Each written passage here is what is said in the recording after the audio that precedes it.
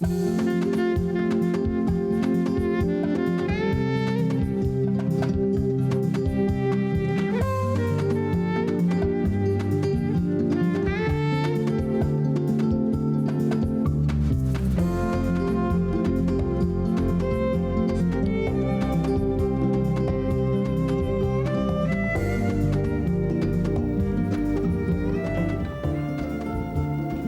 tal? Muy buenas noches.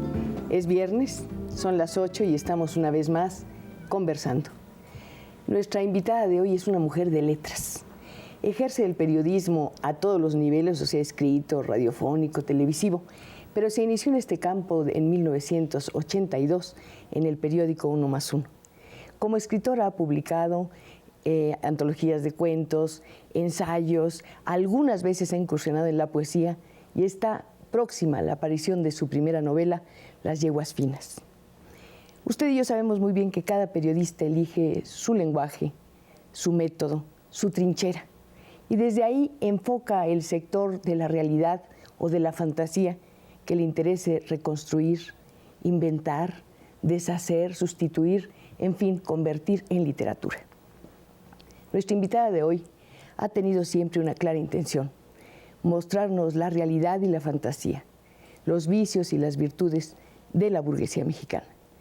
Lo ha logrado más que ampliamente en por lo menos dos de sus más exitosos libros, Las niñas bien y Las reinas de Polanco. No digo más, damos la bienvenida a la señora Guadalupe Loaesa. Lupita, mil gracias por venir en Viernes Santo. Muchas gracias, Cristina. Pues sí, fíjate que sí. Siempre he tenido una curiosidad enorme contigo. ¿Qué tiene que ver el fútbol y la literatura? El fútbol y la literatura, pues en lo personal, nada, porque yo tengo unas lagunas terribles lo que se refiere al fútbol, pero sin embargo yo creo que en unos meses, bueno, con el campeonato en Francia, yo creo que me estás preguntando eso porque sabes que voy a asistir. No solamente eso, sino que estuviste haciendo la crónica en el 86 y que vas ahora al Mundial de Fútbol en Francia. ¿Cómo te preparas? No. Bueno, en realidad no voy a comentar los partidos, digo, voy a comentar básicamente por Radio Red, voy a platicar lo que veo en la ciudad de París, bueno, en Lyon también, porque vamos a jugar, creo que en París vamos a jugar el 11 contra Corea y en Lyon ya no me acuerdo contra quién, pero en fin, vamos a quedar en como ahí, va a ser, no va a ser contra Corea, no obstante, perdamos con Corea, vamos a tener posibilidades de jugar en Lyon, Francia. O sea que de alguna manera vas a estar en la banca. Así es, en la banca. No, lo que voy a platicar es qué es lo que veo en los cafés, en la calle, cómo se comportan nuestros compatriotas, porque seguramente vamos a tener muchos mexicanos ahí para echarle muchas porras al equipo, naturalmente. Entonces, voy a contar, bueno, las películas que se van a estar dando en esos momentos, si subieron mucho los precios, porque seguramente una Coca-Cola va a salir más de 50 pesos. Voy a hablar de la moda, qué hay en las vitrinas, si se fueron los franceses, porque se van a ir, van a correr. Harás un poco la versión que podría ser la marquesa Calderón de la Barca. Hace ratito que te vi leyéndola, por eso te lo pregunto. Sí, bueno, la marquesa Calderón de la Barca vino efectivamente a México, llegó por ahí en 1840, 39 para ser exactos, y bueno, sí, escribió 52 cartas en donde narraba, eran crónicas de todo lo que veía. Y ahora nos vas a mandar cartas o nos vas a reportar a través de la radio? Bueno, voy a reportar a través de la radio y bueno, seguramente también haré crónicas, voy a escribir crónicas, pero estoy muy entusiasmada porque, bueno, va a ser un calor espantoso, va a haber muchísima gente, todos los restaurantes van a estar llenos, me imagino que va a haber, en los Campos Elíseos van a haber mares de gente. Sin embargo, yo creo que va a ser muy excitante, va a ser algo pues muy para los mexicanos, saber que estamos ahí también, compitiendo, se me hace que es muy importante. ¿Y no sería interesante acercarte realmente a los jugadores de fútbol? Sí, a mí sí me gustaría, pero yo creo que va a haber, hay comentaristas de deportes que son profesionales y que tal vez seguramente los van a entrevistar, pero si yo puedo acercarme a uno de ellos o a los franceses, si puedo acercarme lo más que pueda a los entrenadores, claro que sí haría entrevistas, me interesa mucho. Pues a mí me interesa mucho que ustedes que están ahí se acerquen a nosotros, que lleguen a este estudio que es suyo y que conversen con una mujer a la que han visto, a la que han escuchado y a la que desde luego han leído. Y por eso me imagino que les interesa comentarle su trabajo. Preguntarle, por ejemplo, lo que le preguntaron hace mucho tiempo y seguramente todo el mundo le formula el mismo cuestionamiento. ¿Tú eres una niña bien? Bueno, yo te voy a decir lo que le contesto a todo el mundo y que lo he repetido ya muchísimas veces. Ya no estoy ni tan niña, ni soy tan bien tampoco. Lo que pasa es que uno no puede ocultar la cruz de su parroquia, Cristina. Y bueno, sí soy el resultado de una educación, de un medio, de una burguesía, así es.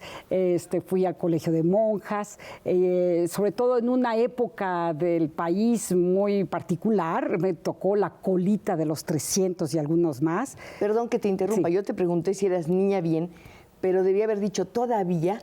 No porque seas una mujer mayor, ni mucho menos eres una mujer realmente sin edad, y además pues eso no es el tema de la conversación aquí, sino que yo te quería preguntar si la condición de la niña bien tiene que ser una determinada edad, una condición civil, un estado civil, un comportamiento, porque esa niña bien tiene una envoltura externa. Así es una actitud ante la vida, ¿no? Yo creo que voy a tener 90 años y voy a ser una niña bien de alguna manera, ¿no? Es un estilo, es una forma de expresarse, son las perspectivas que tienen estas niñas bien ante la vida. En fin, son muchos factores, pero son todas muy parecidas, muy estereotipadas finalmente. Alguien podría decir, Lupita Loaiza es una niña bien, pero también es una niña mal porque se atrevió a hacer ese trabajo que entre las niñas bien supongo que es visto como una especie de acto subversivo, me refiero a la escritura. Claro. Sí, muy al principio, cuando empecé a publicar en el periódico 1+1, sí me vieron, muchas amigas me vieron como traidora de clase, ¿no? Incluso me lo reclamaban, me decían, bueno, tú eres muy incongruente, Guadalupe, porque tú vives en las lomas, tú vives como nosotras, hablas como nosotras, y sin embargo, cuando escribes siempre lo haces con una intención como de burla, como que nos estás exhibiendo, balconeando, ¿no? Y sí, en efecto, yo les decía, bueno, soy una observadora y bueno, tal vez tenga este don, si se puede llamar un don, con mucha facilidad, Cristina, me salgo de ese mundo y también con muchísima facilidad me vuelvo a meter. Al balconear a las niñas bien, ¿te estabas balconeando como tú dices? Claro, por supuesto. Fíjate que tuve una crisis existencial muy tardía en 82, fíjate, a principios de los 80.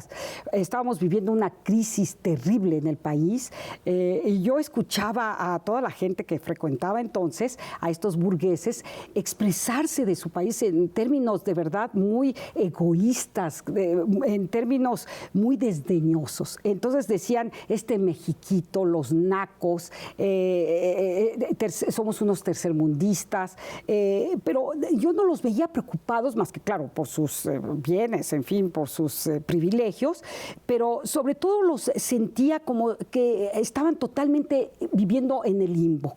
Entonces, a mí me escandalizaba escucharlos hablar. Yo decía, no es posible que sean tan reaccionarios, no es posible que hablen del 68 diciendo qué bueno que intervino el ejército y qué bueno que se utilizó una mano dura contra los estudiantes. A mí me indignaba muchísimo. Y claro, yo estaba muy sola entonces porque nadie me hacía eco de mis impresiones, de lo que yo opinaba. Entonces me sentía un poquito fuera de lugar. Y yo creo que por esa inquietud empecé a escribir, empecé yo misma a cuestionarme quién era yo en relación con ese mundo, frente a todos esos comentarios que me dolían, sí me afectaban, me indignaban. Entonces, recuerdo, ya lo había comentado en una ocasión, una amiga refiriéndose a su casa de campo y refiriéndose al chico, al lanchero que le ayudaba a salir del barco y decía, yo, para no darle esa mano tan prieta, no darle la mano a la mano tan prieta, prefería ahogarme. Yo cuando escuchaba eso decía, no lo puedo creer, es que no lo puedo creer. Entonces me comencé a rebelar y tuve, como te digo, como me vino así como una rebeldía. Entonces dije, no es posible. ¿Sabes qué? Me encantaría encontrarme esta tarde a tu amiga y decirle que manos oscuras y manos ásperas han construido este país. Claro. El país que les ha dado a los niños y las niñas bien una serie de privilegios que yo creo que los obliga y los compromete también mucho con México. Así es. Yo estoy muy comprometida a que nuestros amigos que nos están viendo y escuchando se acerquen a Guadalupe Loaesa. Díganle lo que piensan de su mundo, ese mundo tan especial que ella nos ha abierto a través del periodismo y la literatura. Son pocos los escritores que han abordado precisamente ese medio, el medio de la burguesía, el medio de la opulencia, a no ser que hagan un invento, y en el caso de la señora Loaesa no es un invento, ella pertenece en cierta forma a ese mundo, un mundo que yo, por cierto, no conozco y quiero conocer. Lupita, hay una envoltura externa de las niñas bien, desde la camisita de algodón en verano hasta los mocasines y la falda tableada. Pero ¿qué hay debajo de ese atuendo? ¿Qué piensan las niñas bien? ¿Con qué sueñan? ¿Qué quieren ser? ¿Contra qué se rebelan? Bueno, ¿Con mira, quién pactan? Hay muchas categorías de niñas bien. Porque yo diría que las de ahora, la de los 90s, son niñas que se cuestionan un poquito más que las de los 80s, a las que me refería. Sí, porque también se estaban boleando más el mundo de privilegios que conocen. Así es. Y yo creo que ha cambiado mucho también, así como ha cambiado mucho la mujer mexicana en los últimos 10 años, yo he visto crecer mucho a estas niñas. Digo, no me hago muchas ilusiones, no están tampoco dispuestas a renunciar a sus privilegios, ni mucho menos, no, siguen con sus mismas actividades, el mismo racismo, el mismo conservadurismo, la misma hipocresía. El fondo de su actitud es el mismo, pero yo creo que hay por lo menos una gana, yo creo que hay un poquito más de autocrítica tal vez, una sensibilidad un poquito más desarrollada por todo lo que ha pasado en nuestro país, ¿no? Entonces, estas niñas bien ya no son tan ingenuas o tan cándidas, o ya no se quieren ir a vivir a los Estados Unidos, por ejemplo. Nada más van de compras, por Nada más supuesto. van de compras, Claro. por supuesto. ¿Es suficiente? Es suficiente. Pero, por ejemplo, antes, en la crisis de 82, de 82, muchas de ellas se fueron, las casadas, recién casadas, con posibilidades naturalmente, se fueron a vivir a San Diego, se fueron a vivir a McAllen, se fueron a vivir a San Antonio, se fueron a vivir a los Taco Towers, estos condominios muy amplios, muy caros, pero ya no tienen esa actitud. Ahora estas niñas bien van a las marchas, se quieren informar sobre Chiapas, están como en una búsqueda constante. Yo diría que ya se están cuestionando, muchas de ellas ya están divorciadas, ahora ya las niñas bien parece que van a las discotecas y se drogan, ya no llegan vírgenes al matrimonio, ya viven en una relación libre, salen con divorciados, muchas de ellas están casadas 2, 3 veces, entonces sí han cambiado mucho. En ese cambio, ¿cuánto habrá tenido que ver la crisis económica del país y la crisis económica general y la crisis de valores y la violencia y todo el sacudimiento que estamos sintiendo? Pues indiscutiblemente que ha contribuido muchísimo, porque, por ejemplo, con los errores de diciembre de 94, bueno, una de estas niñas bien, una señora, Carmen Romano de Evia, bueno, organizó una marcha que, bueno, fue muy polémica en su momento, porque eran señoras de las Lomas que por primera vez tomaban la calle y que querían protestar, que querían exigirle al gobierno luchar contra la corrupción, la inseguridad y demás. Entonces, pues estas señoras sí están preocupadas por lo que está sucediendo en el país, y esa preocupación les ha dado una cierta conciencia, Cristina. Es una conciencia que tiene derecho a manifestarse, desde Claro. luego. Yo no pienso que porque eres o perteneces a una clase social privilegiada no tengas derecho Así es, somos de mexicanos, manifestarte claro, exactamente como tú quieras, pero es obvio también que la intención de una marcha realizada por mujeres que realmente son víctimas de la violencia todos los días y de la manera más brutal, hagan estas marchas con la misma intención que lo hace una señora que siente que no va a poder circular cómodamente en su BMW. Sí. La intención es otra, la función es otra. Yo pienso, Lupita, tú conoces más que yo estas mujeres, desde luego, y las respeto mucho, evidentemente, como tengo que respetar a todos los seres humanos, pero sí también las cuestiono. ¿Están defendiendo sus privilegios o todos los derechos? Mira, yo creo que hay mucha ambigüedad en su comportamiento. Desde luego están defendiendo su seguridad. Desde luego, por ejemplo, te puedo decir que en la segunda marcha que se realizó en la Ciudad de México hace 3 semanas, si mal no recuerdo, era un grupo que sí era muy representativo de la derecha, ¿no? Este grupo, muchas de estas personas están pidiendo que ¿cómo se dice?, pistolizar a la sociedad mexicana, o están pidiendo la pena de muerte, claro, o están pidiendo que el ejército intervenga. Es cierto que hay otras motivaciones. Yo diría que la actitud de estas señoras, muchas de ellas son muy intransigentes y, bueno, quieren que entre la mano dura en serio. Hay otras señoras que las siento todas, bueno, todas son auténticas en su inquietud, todas se mueven por lo mismo, es decir, porque sus hijos pueden ser secuestrados. De hecho, así ha sido, Cristina. Muchas de estas señoras con posibilidades, adineradas, con casas en Cuernavaca, en fin, han sido víctimas o sus hijos o sus maridos de secuestros. Entonces, claro que hay un encono general y una indignación, como puede sentirlo cualquier ciudadano en un país donde los derechos no se respetan, los derechos individuales. Entonces, lo importante es aquí cuál es la motivación, como tú decías, los móviles de estas personas, ¿no? Y yo creo que hay de todo dentro de la clase media alta, porque ya decir burguesía, yo creo que eso ya lo rebasamos. En 1989, tú comprenderás que hablar de la burguesía es muy relativo, ¿no? No obstante, existe un espíritu y un criterio. 98. Perdón, 98. No, pero 89, nos podemos remitir a 89 cuando tú quieras, 98. Porque es un año importante seguramente para ti, lo vamos a ver ahora. 98. Y yo estoy viendo que ya llegaron las llamadas de ustedes. Qué bueno que nos están acompañando en este día y le están haciendo sentir su presencia a una mujer que, bueno, pues nos ha permitido a todos, a través de su periodismo y de su literatura, tener una visión de ese otro México, el México del privilegio, que por supuesto también existe. La señora María Antonieta Hernández, y si quiero felicitar a la periodista Guadalupe Loesa y preguntarle cómo fueron sus inicios como escritora. Bueno, pues hubo, antes que nada, esta inquietud personal. A mí me gustaba mucho escribir, siempre me ha gustado mucho el género epistolar. Esto es, cuando dices escribir, hiciste un movimiento con la mano. ¿Te interesa el aspecto artesanal de la escritura? Sí, cómo no. Desde muy joven me encantaba mandar cartas a mis amigas largas, así. Y luego tuve... ¿Qué contabas en esas cartas, Lupita? Esto me tiene fascinada. Bueno, mira, yo muy joven me fui a estudiar a Canadá. Estudios y vacaciones, muchos viajes, por supuesto. No, sobre todo los estudios. Mis papás estaban muy convencidos de que había que aprender los idiomas, ¿no?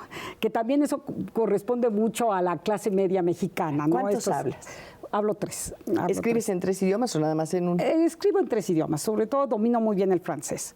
Bueno, entonces me fui muy joven, me fui a Montreal y bueno, todo lo que veía como la Marquesa Calderón de la Barca, toda proporción guardada, comencé a escribir y a contar la nieve, los esquís, las monjas, porque estuve en un colegio de monjas también allá. Eso me obsesiona. ¿Cómo es el mundo silencioso de las monjas? Ay, fíjate que es un mundo muy peculiar, muy sui generis, porque yo conocí, bueno, el mundo canadiense de estas monjas irlandesas, muchas de ellas irlandesas, escocesas, monjas, bueno, que bellísimas, unas pelirrojas, yo las veía igualita a Rita Hayworth, con ojos azules. A lo mejor se quitaban el hábito y hacían así, con el guante. Casi. No, pues sí, es muy misterioso, es muy enigmático este mundo de las monjas, oye, porque, por ejemplo, las mexicanas te acaban conmoviendo, te mueven ahí muchos resortes, te solidarizas con ellas. A veces eran monjas a veces muy desagradables, eran monjas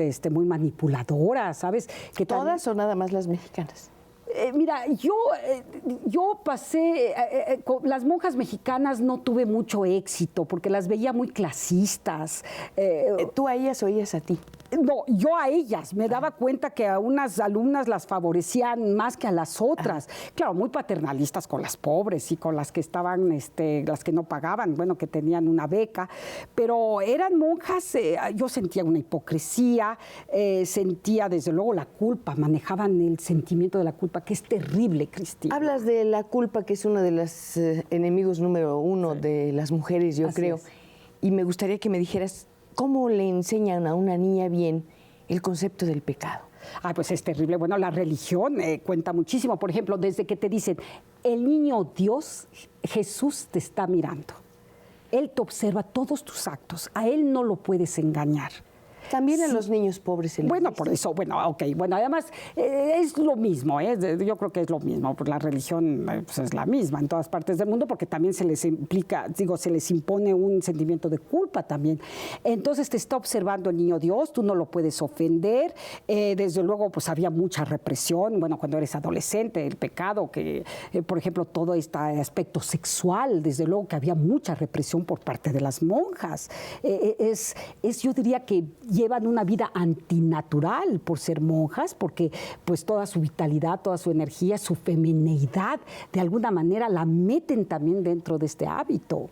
Pues hay muchas cosas de qué hablar, porque realmente es un mundo fascinante este que nos describe Lupita Loaesa. Y a través de la respuesta a doña María Antonia, que le preguntó cómo empezó a escribir, nos está hablando no solamente de sus inicios en la literatura epistolar o en el género epistolar, sino que nos está acercando a una serie de elementos que han determinado y formado su manera muy peculiar de ver el mundo, o por lo menos el mundo que pertenece a quienes son favorecidos, esa burguesía mexicana, aunque ella no quiere usar el término, que ella nos describe en su realidad, en sus sueños, en sus fantasías, en sus vicios y virtudes. La virtud de ustedes es que son realmente muy generosos y nos están acompañando. También comprenderán que debemos darle un breve lapso de descanso a nuestra invitada de hoy, la señora Guadalupe Loaesa, una niña bien que pasó a ser niña mal porque se puso a escribir. ¿Qué les parece?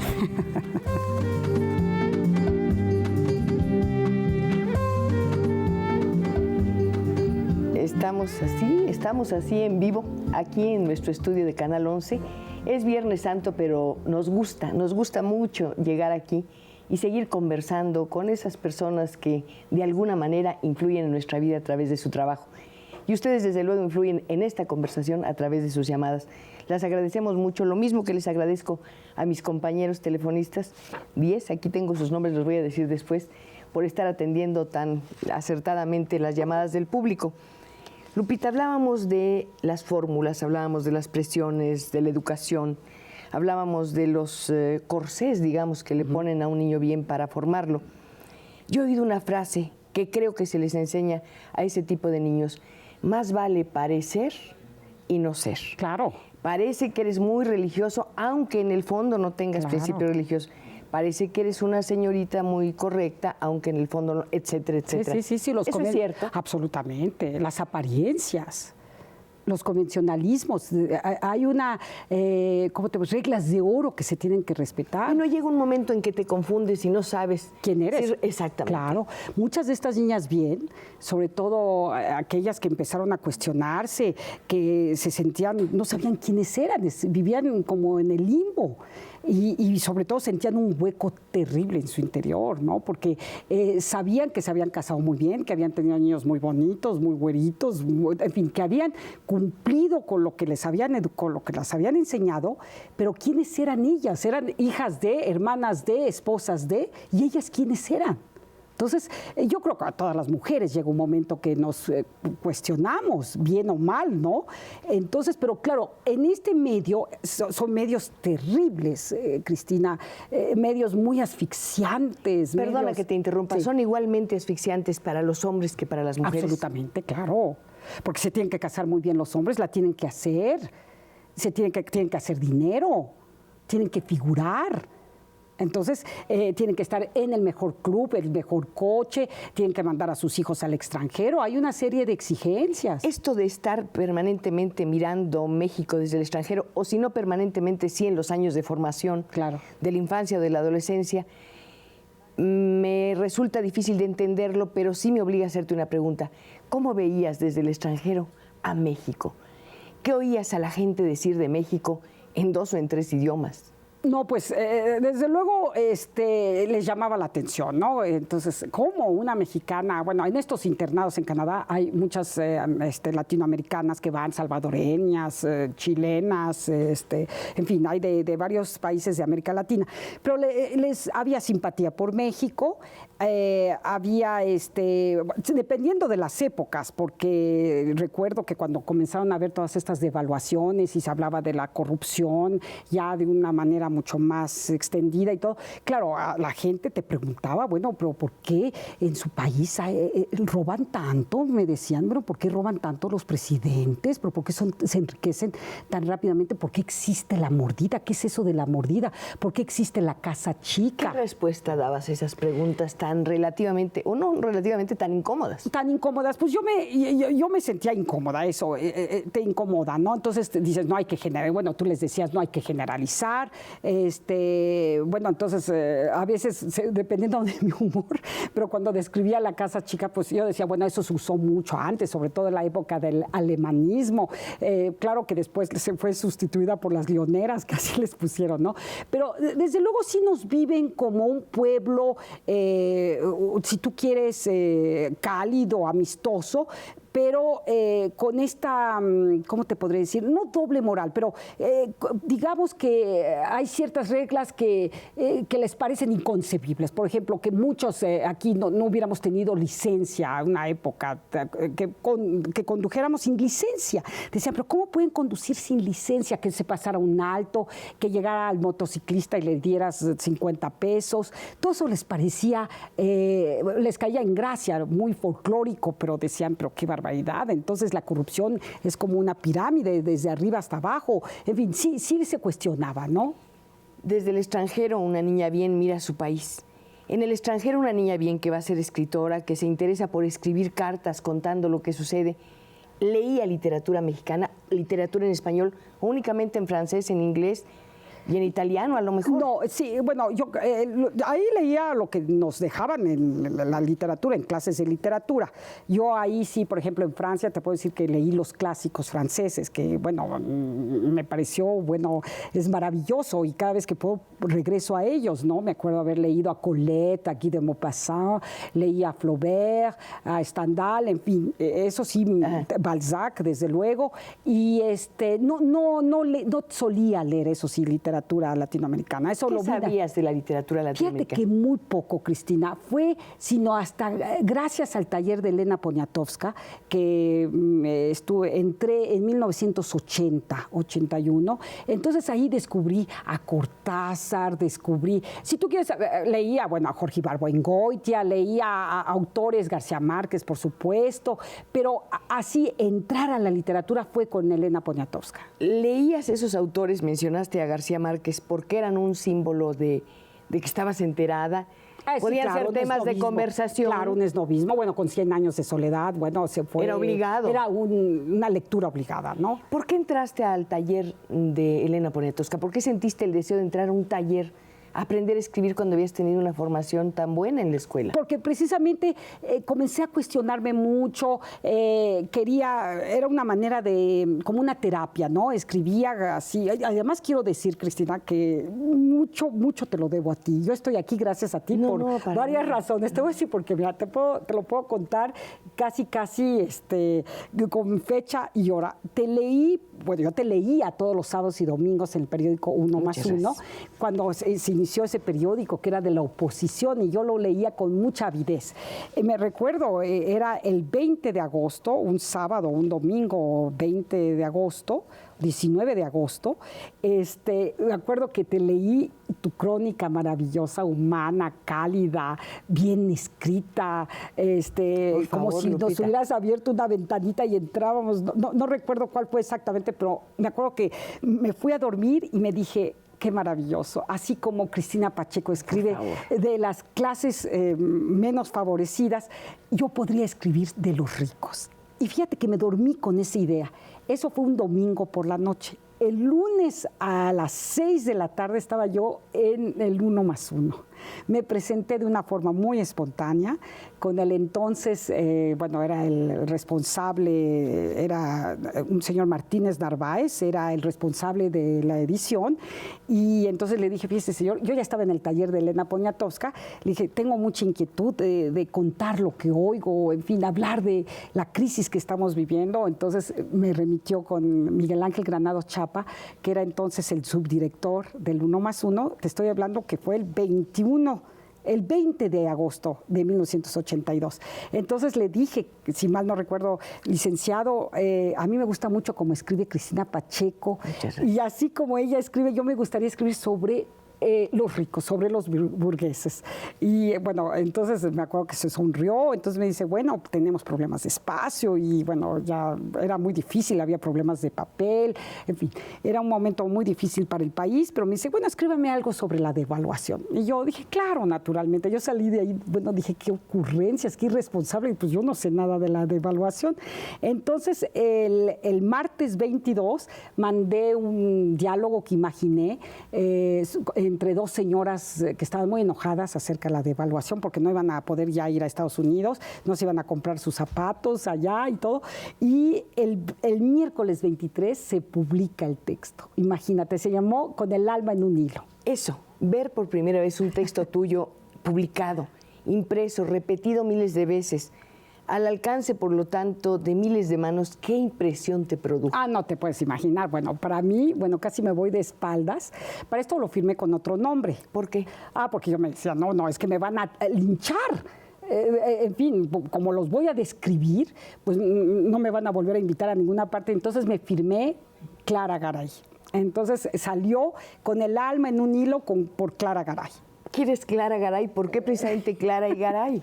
Bueno, que Clara, que porque soy muy claridosa, Ajá. y Garay porque mi padre se llama Loaesa Garay, y entonces era un pequeño homenaje que le hacía a mi papá.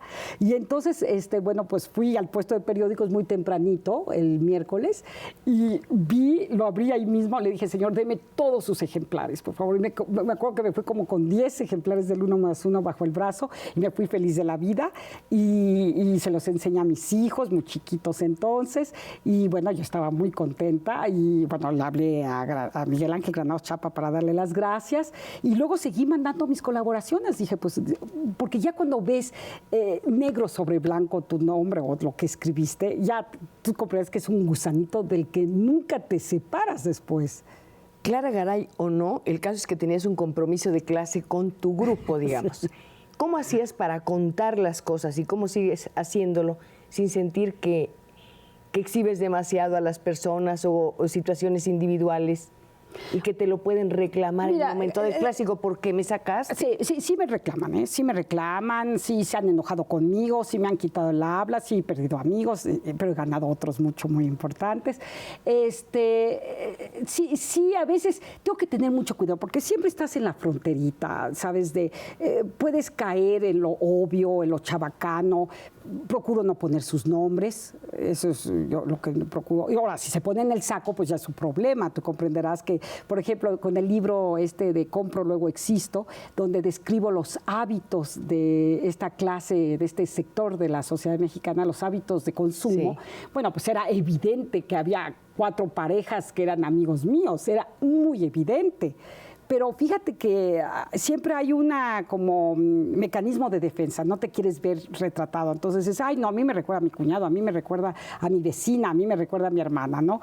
Pero sí, a veces sí me metía en líos, claro, me he metido en líos. Ahora, esta clase con el tiempo, no sé si frente a la situación difícil que se vive y que se agrava sobre todo para las clases marginadas, tengan una actitud también culpígena. Hay cierta culpa. Por ejemplo, yo diría que respecto a lo de Chiapas, no con respecto a los errores y a las devaluaciones, a los errores de diciembre y todo eso, no. Ahí no se sienten para nada, si tú quieres, responsables. Pero, por ejemplo, con lo de Chiapas, cuando el subcomandante Marcos empezaba a mandar sus primeros comunicados, sí hubo una como confrontación, indiscutiblemente. Yo diría que esta clase media alta mexicana se ha humanizado de alguna manera. Yo diría que incluso los empresarios, Cristina. Recuerda tú el terrible golpe a Excelsior. este boicot terrible. Bueno, yo creo que no se podría dar en estos momentos un boicot así. Bueno, en primer lugar, la opinión pública mexicana no lo permitiría. Pero yo veo mal a un grupo de empresarios importantes uniéndose para quitarle toda la publicidad a los periódicos. Yo creo que hemos entrado efectivamente en pequeños asomos de la democracia. Yo creo que hay pluralidad de pensamiento. Estos burgueses, entre comillas, ahora te leen a Lorenzo Meyer, te leen a Adolfo Aguilar Sincer, ahora son mucho más críticos con el gobierno, mucho más. Están muy decepcionados del PRI. Muchos de ellos votaron por Cárdenas, eso no hay que olvidar. Antes no podían ni pronunciar su nombre, Cristina, les daba alergia.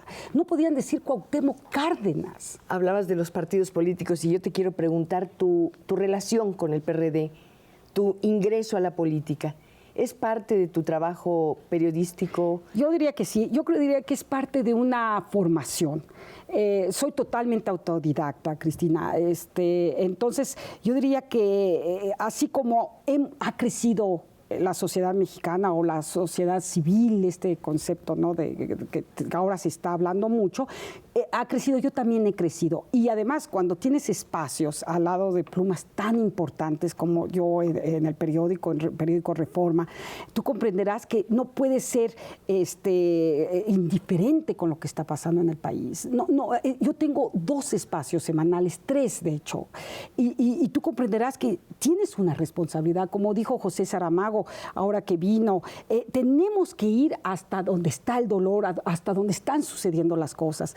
Y yo creo que todos los escritores, los periodistas, tenemos un compromiso con nuestro país, un compromiso con nosotros mismos, una responsabilidad. Y por eso, bueno, es algo que venía inherente, digo, a partir del momento que comenzaste a hacer crónicas, pues tenías que tomar partido. Yo siempre digo, es cierto que soy muy evidente, que soy una gran simpatizante del PRD, no milito, pero sí simpatizo naturalmente. Entonces yo siempre digo que prefiero ser honesta que objetiva. Para mí es muy importante la honestidad, ser clara, comprometerte, el que mis lectores sepan a dónde estoy parada, ¿me entiendes? No estar con dobles mensajes y mandando ahí, es muy difícil ser objetivo, Cristina, cuando escribes, porque escribes a partir desde tu punto de vista. Bueno, yo creo que denuncias o anuncias tu ideología, sí, en el momento en que eliges un mirador, claro, un lenguaje y enfoca cierto aspecto de la realidad. Y fíjate, Cristina, que yo creo que antes del 6 de julio era muy importante tomar partido. Yo creo que era un momento que todos los mexicanos nos teníamos que comprometer y tomar partido. Yo creo que, puesto que apenas estamos creciendo en ese sentido, Cristina, estamos tratando de entender qué es eso de la democracia, de la pluralidad. Entonces yo creo que valía la pena jugársela. Yo me la he jugado, he recibido muchas críticas, pero yo creo que no me arrepiento nada y nunca he hecho ninguna concesión. Si tú ves ese primer texto que se publicó el 22 de agosto de 1982 y ves el que publiqué hace unos días, es muy semejante. Sí, lo que pasa, quizá por eso ha habido gente que te ha cuestionado, es que el país cambió mucho. Claro. Y que la existencia de las niñas bien, para resumir sí, a una clase en esa frase, frente a una realidad tan desgarradora, pues como que adquiere dimensiones muy particulares. Y el hecho de que tú hables de ese mundo resulta de pronto, para algunos, contradictorio, cuando también enfocas lo otro, como si fueran 2 cosas distintas, cuando en realidad una es consecuencia de la otra. Claro, pero yo he intentado, si tú quieres, de describir este mundo, este pequeñísimo sector de la sociedad mexicana, cómo está cambiando también. Por ejemplo, he escrito mucho sobre las marchas, sobre este grupo de señoras que ahora forman una agrupación muy importante que se llama AMDEC. Cada vez que se cumple un aniversario de AMDEC, vuelvo a escribir sobre ellas, porque ahora son ciudadanas más comprometidas. Entonces ya no me refiero a estas señoras que van al salón de belleza, siguen yendo naturalmente, pero ya no hago hincapié en eso, ¿me entiendes? Porque ha habido un cambio, ha habido una evolución. Hay otra cosa. Hay otra cosa. Ya que hay muchas llamadas, hay muchas voces y espero que siga habiendo muchas más, porque van a llegar a través de nuestros números telefónicos. que son atendidos esta tarde por Hilda, Elena, Kiolén, Daniel, Mauricio, Natividad, Guadalupe, Edmundo y Laura. A todos ustedes, muchachos, muchísimas gracias por la atención con que atienden a los teléfonos. Y a ustedes por llegar hasta aquí. Y a Lupita Loaiza por conversar tan lindo, tan rico, tan fluido acerca de sus impresiones y sus compromisos, sus sueños y sus fantasías, pero sobre todo de lo que está más en su interior, su interés por contarnos la vida a través del periodismo y la literatura. Vamos a hacer una breve pausa. Después regresamos, claro que sí.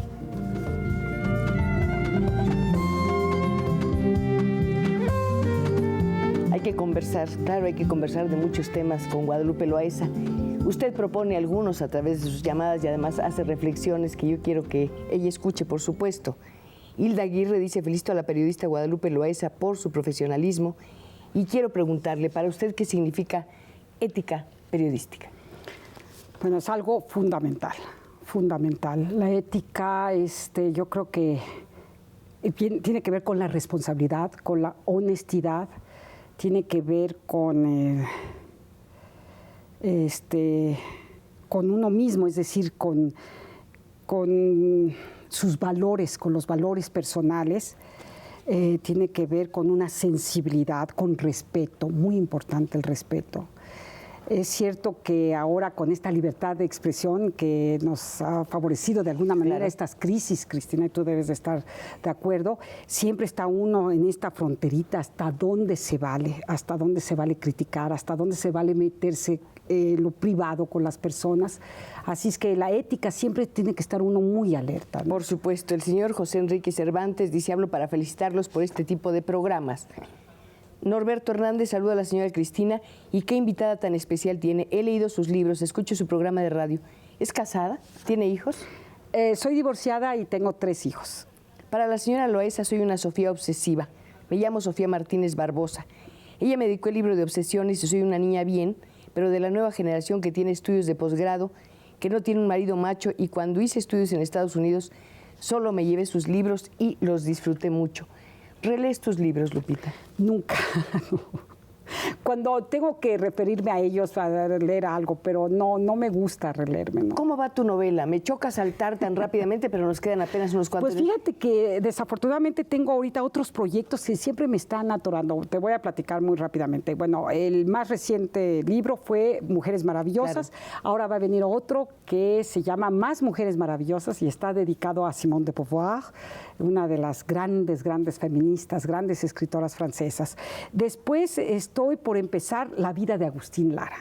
Eso para mí es un reto maravilloso. ¿Te sabes las canciones de Agustín Lara? Me las sé, más que nada las siento, las canciones de Agustín Lara, me transportan. Yo no sé si en mi reencarnación fui una de sus musas, no sé, el caso es que... Eso está permitido para una niña bien decir: ven de cara tu amor aventurera. Mínimo. No, desde luego, aunque ya las niñas bien, como te diré, están mucho más cool, están mucho más abiertas, ¿no? Entonces, este es un proyecto que tengo con la editorial Clio y, bueno, ya tengo reunida todo mi material y es cosa de sentarme frente a la computadora y ponerme a escribir.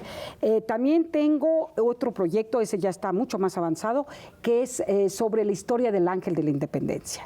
Más que una historia, lo estoy haciendo junto con Carlos Martínez Assad, que es un historiador espléndido, por cierto, y entonces vamos a narrar un poco de historia a través de los ojos del Ángel de la Independencia. Todo lo que ha ocurrido en esa área que domina su mirada. Y entonces todas las marchas, las manifestaciones. Es muy bonito lo que dices y es muy bonito pensar que vas a sacar tus Mujeres Maravillosas segunda parte. Sí. Tú has comentado que detrás, que no estás de acuerdo en el famoso dicho y abominable, por cierto, que detrás de todo gran hombre hay una gran mujer. Sí. Yo te querría preguntar, al lado de una mujer famosa, ¿está el vacío?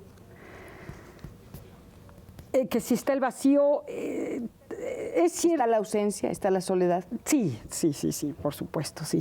Yo creo que además el oficio del escritor es un oficio de soledad, pero sí, las mujeres famosas hay costos que pagar, indiscutiblemente, porque la gente se forma muchas ideas sobre, hay muchos mitos, o la gente a partir del momento que sales en la televisión, Cristina, luego, ay, mira, sales en la tele, hablas en el radio, y y somos personas común y corriente. Digo. ¿Cuál es el precio más alto que has pagado y por qué? Yo creo que ha habido costos, por ejemplo, bueno, hubo un divorcio, fue doloroso, mucho para mis hijos. ¿La razón es la literatura, tu fama?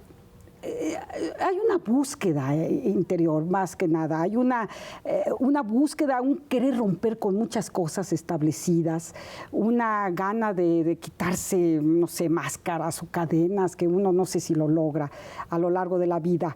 Entonces, hay dolor, desde luego, hay mucho dolor. El éxito es muy relativo, Cristina. Es algo... tú eres una mujer exitosa. Por favor, ¿en qué mides tu éxito? En la respuesta de los lectores, en la venta de los libros, pero es muy relativo. Yo no me lo creo nada, Cristina, no me creo nada eso del éxito. Al contrario, me complica, me compromete, me agobia un poquito, a veces... ¿Te presiona? Me presiona, sí, desde luego me presiona y te hace ser mucho más responsable. Dices que tú sientes tu éxito a través de las voces de las personas que se acercan y hoy se han acercado aquí, muchas personas que quieren decirte cosas. Mira, Pedro Meléndez, felicito a la señora Loaesa, ya que es una persona muy inteligente y además la felicito por las entrevistas que realiza y me parece una señora muy guapa. Gracias. María del Carmen Gallegos, me gusta mucho el programa de la señora Cristina Pacheco y felicito a la periodista Guadalupe Loaesa. ¿Te gusta que te digan periodista? Escritora. Porque sabes que como soy totalmente autodidacta, yo creo que a los periodistas de verdad que llevan tantos años, tu Premio Nacional de Periodismo, yo creo que a mí me ven, no soy muy ortodoxa como periodista, ¿sabes? Y bueno, la escritura pues hay más fantasía, ¿no? Entonces, si tú quieres, mi objetivo principal, mi meta es escribir una novela, es escribir cuento, es escribir tal vez, no sé, una obra de teatro. Por cierto, perdona que también vuelva a interrumpirte, escribiste un poema dedicado a Rosario Castellanos. ¿Cuántas veces has incursionado en la poesía? No, pues yo diría que prácticamente nada. Le escribí una carta. Pero era un poema realmente. Bueno, pues sí. Bueno, Rosario Castellanos yo creo que es una mujer que nos ha dado tanto y ahorita está tan presente. Yo creo que fue de las primeras que nos habló con esa calidez de los problemas de Chiapas. Claro, muchos antropólogos y sociólogos y historiadores, pero yo creo que Rosario Castellanos con su sencillez, con su maravillosa prosa nos acercó mucho a los problemas de Chiapas.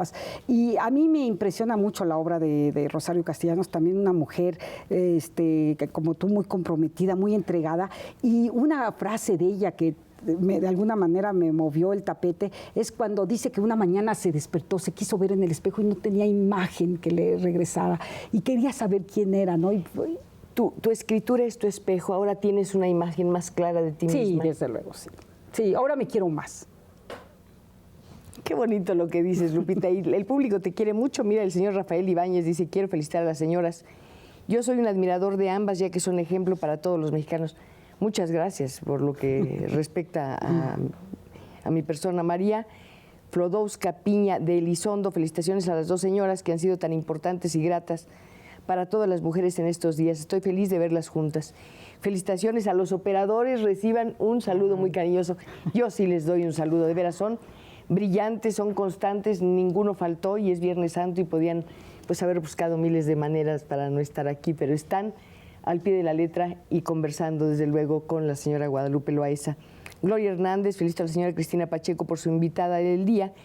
Quiero decirles que las dos son un ejemplo para las mujeres mexicanas. Muchas gracias. Las mujeres mexicanas han sido justamente juzgadas. Yo creo que no han sido comprendidas ni apreciadas en su justo valor, Cristina. Yo soy una admiradora de la mujer mexicana. A mí me gusta mucho la mujer mexicana, de todos los sectores de la sociedad mexicana. Yo creo que es una mujer con muchas virtudes. Sabe ser muy buena madre, muy buena compañera, sabe ser muy buena hija. siempre está esta obsesión por la autosuperación, esa gana de ser mejor, esa gana de no fallar como ama de casa, como pilar de la familia mexicana.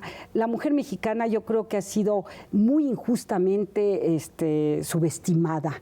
Yo creo que la mujer mexicana puede hacer tanto por este país.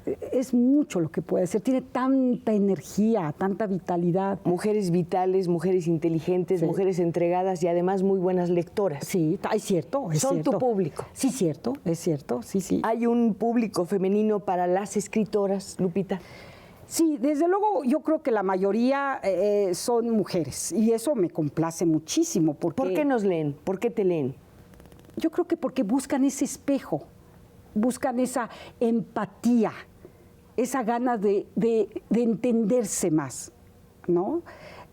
Como a ti te leen, esa identificación, ¿no?